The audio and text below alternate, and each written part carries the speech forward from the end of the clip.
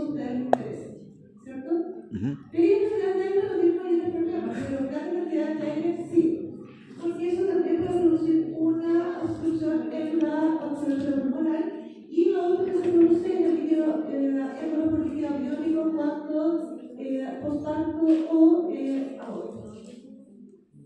Ok, y acá dentro de la patología yo les tengo que pasar lamentablemente lo que se llama la triada de virtud, ¿ya?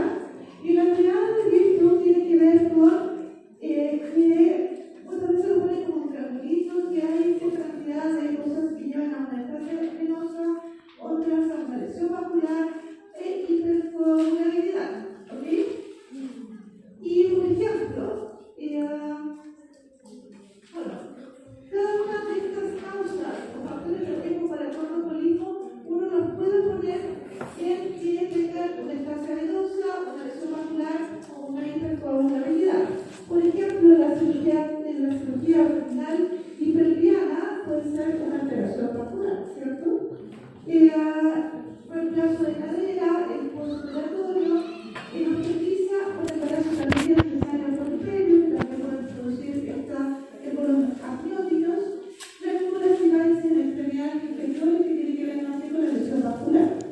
Pero el caso tiene que ver más bien con la hipercoagulabilidad, ¿cierto?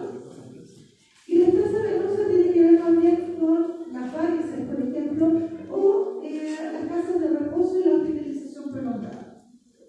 ¿Ok? Entonces, cada una de esas ustedes podrían decir, oye, ¿por qué se produce cada una de ellas? Y me llaman la triada de virtud y tienen el mecanismo para producir una trombosis venosa y de esta manera saben cuáles son los que hay que ver. Ahora, factores de riesgo genético también hay que tienen que ver con todas las alteraciones de las proteínas anticoagulantes, como la CLAS, y aquellas que tienen que ver con las proteínas procoagulantes, como el factorcito de la ERTE y la proteína.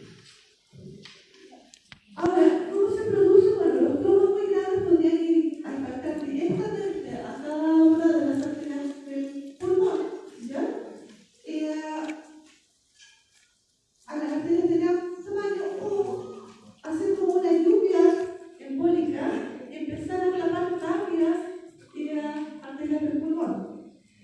Y si pueden fluir total o parcialmente, de eso también van a depender los síntomas y la mortalidad de esta enfermedad. Los lóbulos pulmonares inferiores generalmente están más afectados, claro, porque ya dijimos que generan una más sangre. ¿Ok? Y ¿cuáles son las respuestas? Bueno, puede ir desde nada y nada. Y creo, había una profesora que alguna vez vi que en realidad tuvo una molestia en el pulmón no sé cuánto tiempo y finalmente consultó y había tenido solo polismo pulmonar y nunca la había visto. Y quedó con las secuelas. Puede haber respuestas hemodinámicas desde shock. Shock significa que baja la presión arterial porque se obstruye la circulación, por donde debería pasar gran parte de la circulación general y por lo tanto se produce un shock irreversible, o sea, una hipertensión irreversible. Pero muchas son porque, ¿sabes qué? Me canso más, tengo un poco de tos, con un poco de hemoptisis, hay que descartarlo inmediatamente, que le duele, dolor preocrítico, un toque paciente previamente sano o un toque paciente con enfermedad cardiopulmonar previa. ¿Cuáles son las consecuencias fisiopatológicas? Tal como lo vimos en la clase anterior, si ustedes tapan la arteria, producen un aumento del espacio muerto. ¿Ok? Y como disminuye en ese lugar la presión parcial de CO2, se produce una broncoconstricción. Aparte de eso, se puede producir por el mismo estímulo vascular o por la hipoxemia, aumento de la frecuencia respiratoria llamada taquipnea. Ya lo pusimos como causa de hipoxemia y lo otro que sucede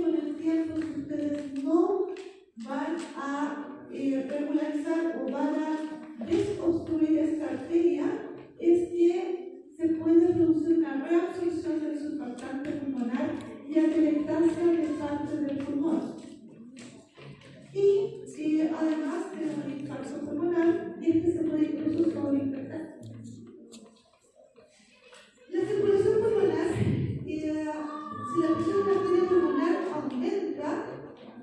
Esto es lo que estábamos viendo anteriormente de cosas pulmonares. Que falla el ventrículo derecho, aumenta la presión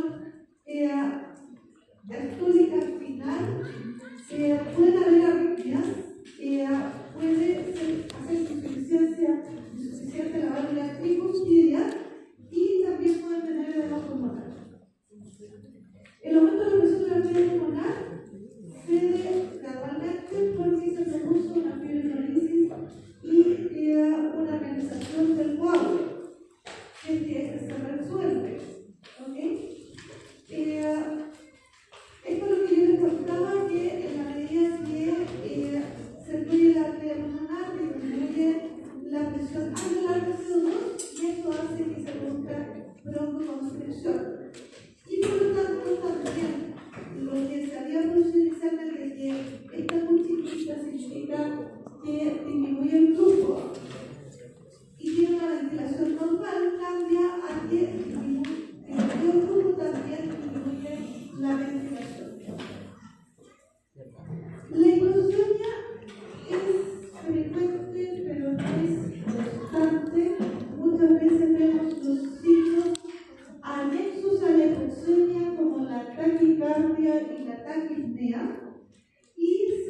¿Y cuáles son los mecanismos en este caso? Obviamente, yo les dije, lo primero es la desigualdad, ¿ok? Sobreperfusión de valores normales de un bajo, pero también puede reducir la presión venosa de oxígeno cuando aumenta la extracción periférica de oxígeno y se puede producir atelectasia por un sistema de Chang o cortocircuito. Y también en el caso de que aumente mucho la presión, en algunas personas se puede reabrir el foramen oval permeable. Y si se reabre el foramen oval permeable, ahí sí que tienen mucha presión que se puede asumir. Esto es lo que uno podría ver con unos tremendos coágulos bilaterales donde prácticamente no hay circulación pulmonar. En estos casos, cuando el trombo es proximal, cuando fluye prácticamente toda la circulación pulmonar, la indicación es ojalá un tratamiento endovascular con trombectomía que permite que se reperfusa todo el pulmón. ¿Cuáles son los otros tratamientos? Heparina, anticoagulantes orales, trombolíticos, a veces dentro de la capa inferior, porque, por ejemplo, no podemos sacar el cáncer diseminado de pélvico, por ejemplo, y lo que necesitamos es disminuir la cantidad de trombos que llegan al pulmón. Y lo otro es el tratamiento quirúrgico, que les contaba que era endovascular, una sola vez lo he incorporar a tórax abierto y no. Edema pulmonar agudo. Esto, o sea, vamos a pasar al siguiente tema. Edema pulmonar agudo, ¿ok? ¿Sí? ¿Preguntas de lo anterior? ¿No? ¿Cuántas rápido, seguro? Ya, pero que levanté claro. ¿Cuál era la indicación para la trombólisis cuando es proximal? Bueno, para la trombectomía, ¿ya? La trombólisis también se puede hacer cuando es multisegmentaria, cuando hay una hipoxemia asociada, y la única manera de salvar, o sea, de mejorar al paciente, sí, lo tiene que hacer. Rápidamente, cuando hay signos de col pulmonares, de compromiso de la presión del ventrículo derecho. ¿Ok? ¿Sí? Ahí le hacen trombólisis. Y cuando ya la paciente tiene un compromiso mayor, lo único que es muy grande el coágulo, la indicación es igual que sacarle el trombo o hacerle una trombectomía, es como cuando tiene un infarto del corazón masivo, es lo mismo. Y se hace de la misma manera.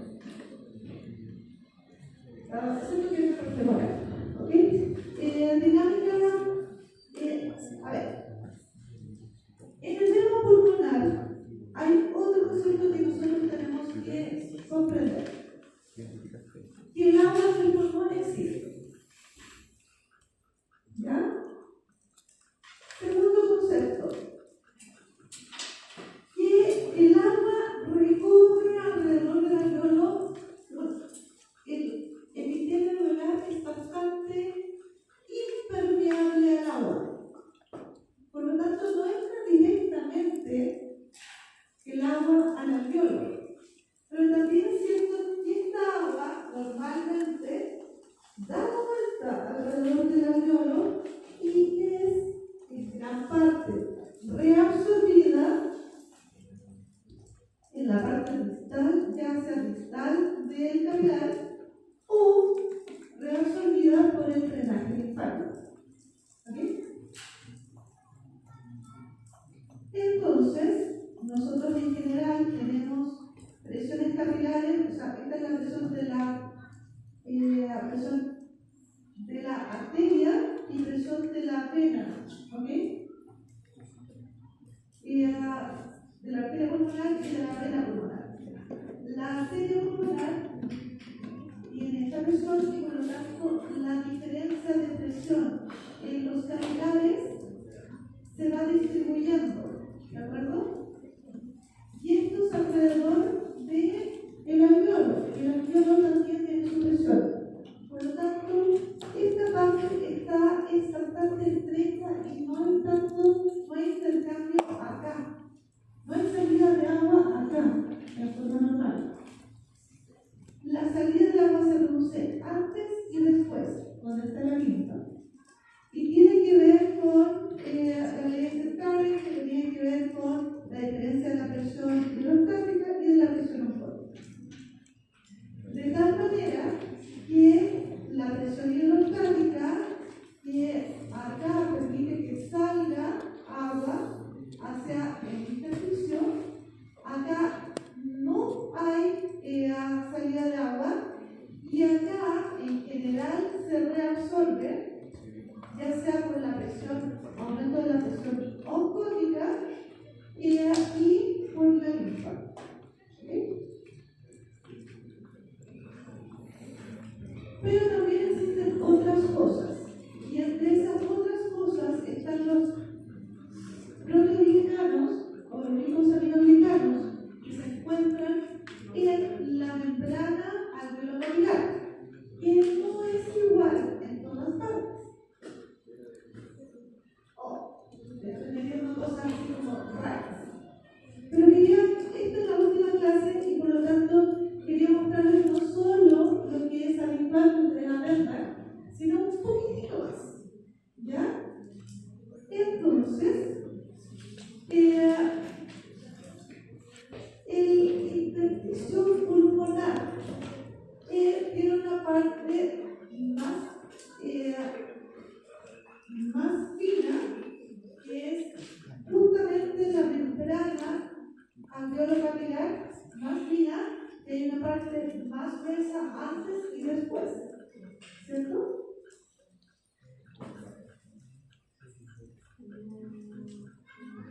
Ahora, en esa parte más gruesa, que se llama la membrana alveolo-capilar gruesa, y la membrana alveolo-capilar fina, de la que teníamos representado acá como esta es la fina y estas son las gruesas. En la parte gruesa existen estos glicosaminoglicanos. Y el aumento de la filtración produce entonces mayor hidratación de los proteoglicanos, que los torna menos permeables al agua, ¿ya? Porque estos se unen al agua. Y además el sistema linfático reabsorbe el fluido intersticial y además la arteriola precapilar mantiene una presión generalmente baja.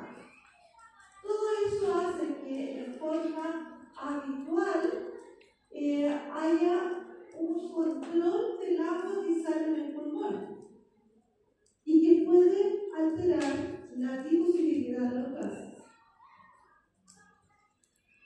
Entonces, en condiciones normales, el alveolo mantenía una hidratación, o sea, es como seco, ¿ya? Y por eso es que lo ven siempre seco, pero no es que generalmente es una verdadera circulación del agua, tiene una baja presión capilar al compararlo con capilares sistémicos, que la presión intersticial es menor que la presión alveolar y por lo tanto no sale presión, o sea, no sale agua hacia el alveolo. Y de hecho hay una serie de canales que permiten la salida de agua desde el alveolo que hay una presión oncónica bastante baja debido a estos glicosaminoglicos glicarios. Y además, este intersticio grueso que les conté acepta mucha agua, ¿ya? Y impide que la membrana más fina que está entre medio se llene de agua. La cantidad, el drenaje linfático de este pulmón soporta 10 litros. Antes de que ustedes hagan una radiografía con el paciente. Una barrera de la epitelio alveolar tiene además menos permeable absoluto ni proteínas. Pero ¿qué pasa cuando hay un edema pulmonar agudo? Es una acumulación de fluido extravascular en el pulmón, el cual puede acumularse en el intersticio o en el espacio alveolar. Pero ¿qué es lo que sucede? Generalmente cuando aumenta el líquido corre hacia arriba, hacia los bronquios, y el epitelio bronquial es más permeable. Yo tengo una duda. ¿El agua que está en los pulmones es para hidratar a los alveolos? ¿O como cuál es la función? No, es lo mismo que su compañero preguntaba. En el fondo, ¿qué pasa? ¿Por qué se hace tan poco permeable? ¿Por qué la membrana capilar, o sea, la membrana alveolar, es extraordinariamente fina, pero además es extraordinariamente impermeable? Y eso las hace diferente al resto de los lechos capilares. ¿Sí? Entonces, sin embargo, no todo el capilar es tan impermeable como aquel que está en contacto con esta membrana extraordinariamente fina. ¿Ok? Profe, ¿y cuál es la composición de ese líquido o esa agua? ¿De qué está compuesto? Es porque, a ver si lo puedo poner.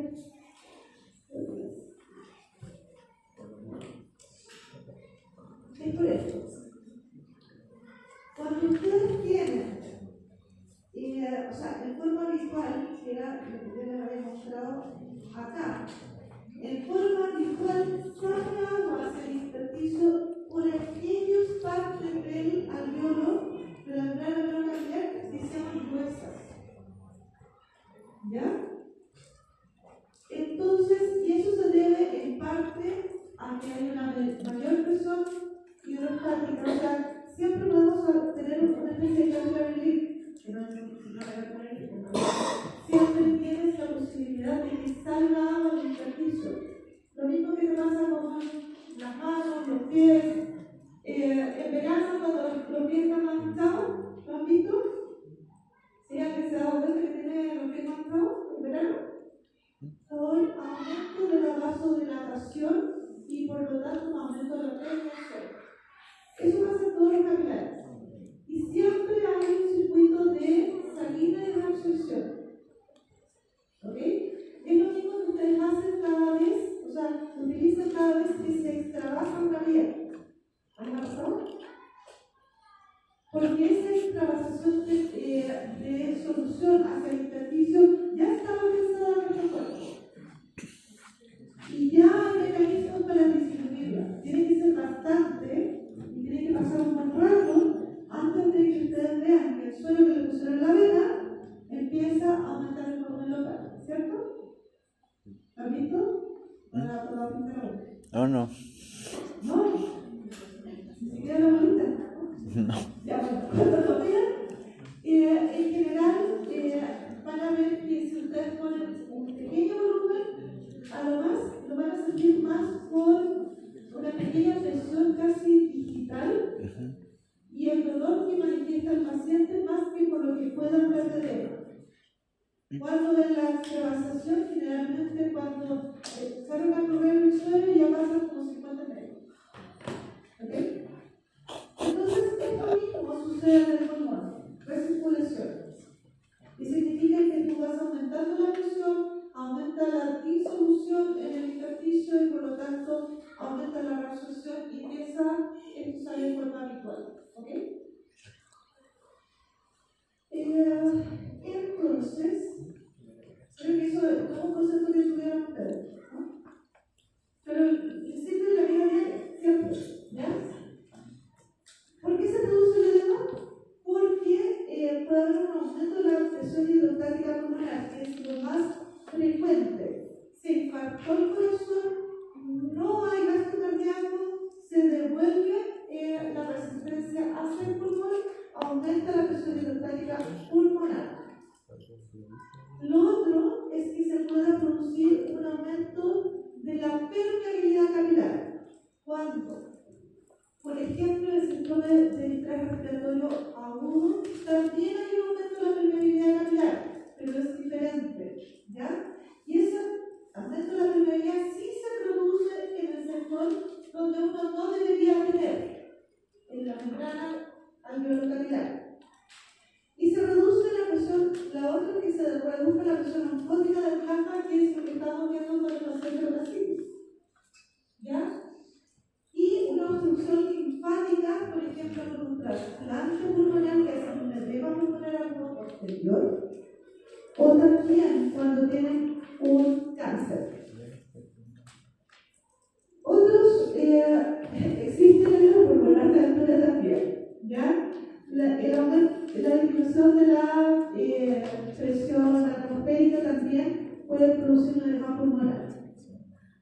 Las etapas del edema pulmonar, primero es el intersticio, la primera etapa, ingresa agua al compartimento intersticial grueso, aumenta la presión intersticial hidrostática y fluye hacia los bronquios, ¿ya? Donde es drenado finalmente por el sistema linfático del hilo pulmonar, pero aparecen manguitos alrededor de los bronquios. ¿Se acuerdan que los bronquios, chicos, no eran duros? Y que si ustedes ponen un manguito alrededor del bronquio, ¿se acuerdan cuál era uno de los mecanismos para producir obstrucción bronquial? Había mecanismos que eran extraluminales o extramurales, ¿cierto? Uno de los extramurales era la falta de tabiques alveolares, pero también el muro puede aumentar de grosor. ¿Saben cómo se ve un paciente con edema pulmonar agudo? Igual que una caída. Y el problema es que tienes que identificar lo antes posible cuál es peor y cómo tratarlo. Aparecen los manguitos peribronquiales, no hay un efecto significativo en intercambio gaseoso porque la funcionalidad inicialmente no se afecta y el drenaje linfático puede aumentar hasta 10 veces. Por lo tanto, puede sacar casi la parte de esto. Y un 25% de más se acumula en la pleura y no ingresa al pulmón. ¿Ok? Esto era lo que yo les contaba, que aumenta el intersticio, esto aumenta principalmente en la parte gruesa, la membrana alveolo-capilar, y miren cuánto aumentó el drenaje linfático.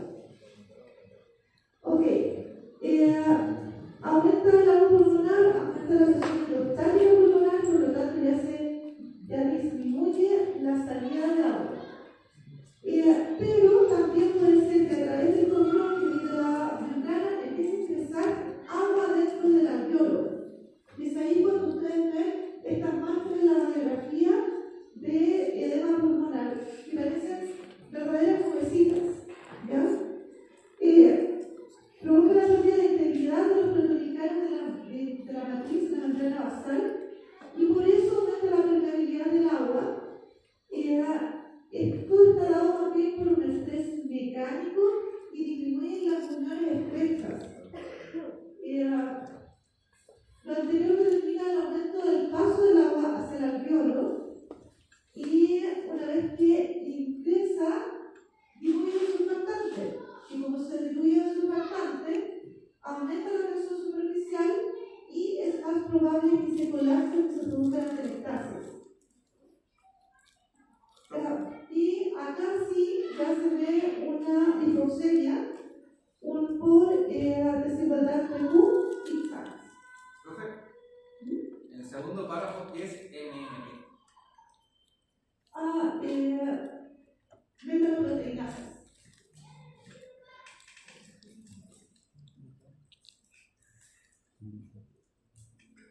Y aquí esto es una figura que a mí me encanta ponerle, porque se hace la diferencia entre el edema pulmonar cardiogénico y el edema no cardiogénico, es decir, el síndrome intrarrespiratorio. Primero, el edema cardiogénico aumenta la presión hidrostática principalmente, lo que finalmente hace que salga agua, sube para arriba, aumenta el drenaje linfático, pero finalmente altera la permeabilidad y se empieza a llenar, pero de agua, es decir, de fluido bajo en proteínas. Como es bajo en proteínas, puede salir inmediatamente por los transportadores de sodio, cloro y agua para empezar a sacarlos del pulmón y poder resolver esto rápidamente.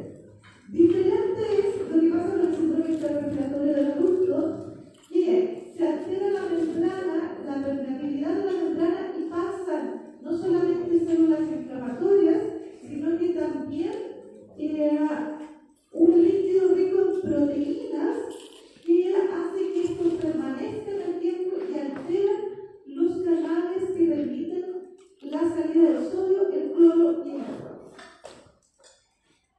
Esto se resuelve rápido, esto se resuelve lento y difícil. Entonces, el edema pulmonar hidrostático se produce por el aumento de la presión capilar, favorece la filtración. La causa más común es la insuficiencia cardíaca. Se caracteriza por el bajo contenido de proteínas. Puede haber daño pulmonar, daño del endotelio y afecte la permeabilidad, pero eso es menos probable.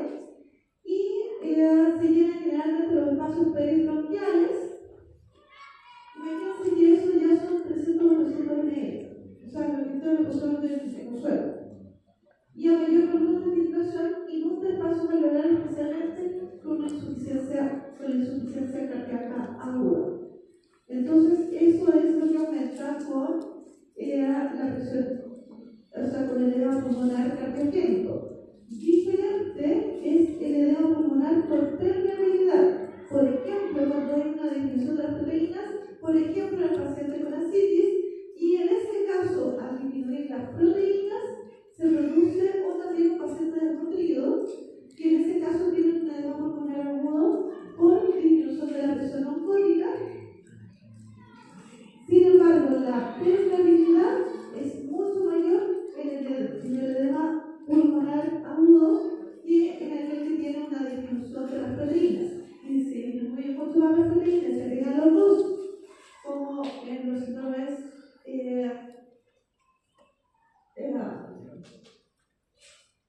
o sea, en los pacientes con una neuropatía alcohólica, por ejemplo, y ascitis, en esos pacientes prácticamente no tienes como tratar. ¿Preguntas? ¿Dudas? ¿No? ¿Les gustó saber un poquito más? ¿Sí? Obviamente no les voy a preguntar de todas las cosas que existen en el edema pulmonar agudo, pero sí quería que entendieran que la fisiopatología no es solamente el mecanismo fácil que le estamos pasando acá. Hay muchas cosas muy interesantes que podremos pasarle más adelante si ustedes se interesan en hablar. ¿Ya?